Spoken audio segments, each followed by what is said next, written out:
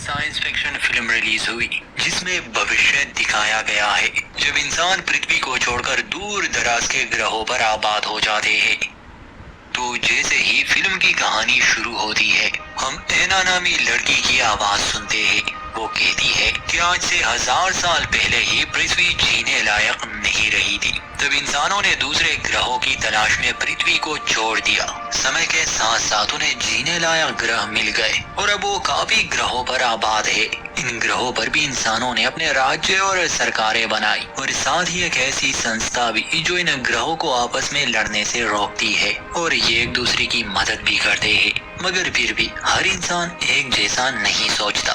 یہ کہانی ایک خاص گرہ کے بارے میں ہے جس پر ایک بہت بڑا شہر آباد تھا۔ اس شہر کا نام ٹائٹینیم تھا۔ اس گرہ پر بنا سرکشا کے رہنا بہت خطرناک تھا۔ یہاں الگ طرح کے خطرناک ایلین جیو تھے جو انسانوں کو چند لمحوں میں ہی ختم کر سکتے تھے۔ اس گرہ کی زیادہ تر زمین دلدلی تھی۔ ایلین پرانیوں سے بچنے کے لیے ٹائٹینیم شہر کے چاروں اور ایک سرکشا کوچ لگایا گیا ہے جس سے یہ شہر اندر سے پوری طرح سرکشت ہے۔ اس گرہ پر ایک جیل بھی بنائی گئی ہے کیونکہ جہاں انسان ہوگا اور وہاں اپرادھ نہ ہو یہ تو ہو ہی نہیں سکتا۔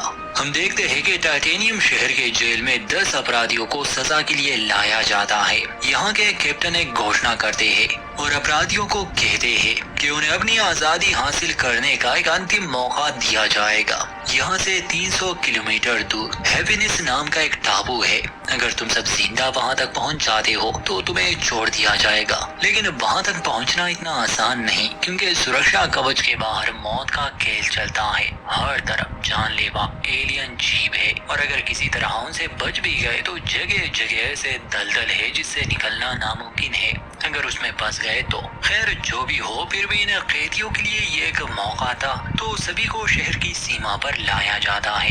تبھی ایک اور اپرادھی کو لایا گیا جس کے سر پر کپڑا تھا۔ کیپٹن اسے کہتے ہیں کہ وہ 20 قدم آگے بڑھے۔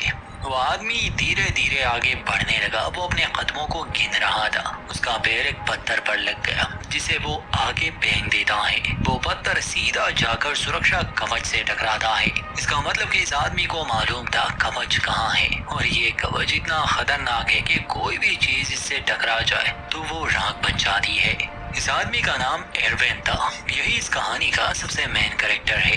کیپٹن اسے مارنا چاہتا تھا مگر اسے آدیش ملتے ہیں کہ وہ ایسا نہ کرے۔ کیپٹن اس کے چہرے سے کپڑے کو ہٹاتا ہے۔ اصل میں ایروین نردوش تھا۔ کسی سمے میں وہ اس گرہ کے راشٹرپتی کا صلاحکار ہوا کرتا تھا مگر اسے کچھ ایسی باتوں کا پتہ چلا جو کہ عام جنتا کے لیے اچھی نہیں تھی، یعنی سرکار کے کالے راز۔ آسان شبدوں میں لیڈر کرپٹ تھا اور ایروین اس کا راز پاش کرنا چاہتا تھا۔ ایروین ایک میتھمیٹیشین بھی تھا، اس لیے اس نے سسٹم میں کچھ بدلاؤ بھی کیے تھے، تو کسی جھوٹے الزام کی وجہ سے اسے حراست میں لیا گیا ہے۔ یہ لوگ اسے اچانک سے نہیں مار سکتے تھے کیونکہ یہ قانون سے بندھے ہوئے تھے، اس لیے انہوں نے یہ پلان بنایا۔ ایروین کے پاس اس گرہ کے ہر پرانی کی جانکاری تھی۔ اسے ان کے کمزوریوں کے ساتھ ساتھ یہ بھی پتا تھا کہ کون سا ایلین جیو گرہ کے کس حصے میں پایا جاتا ہے۔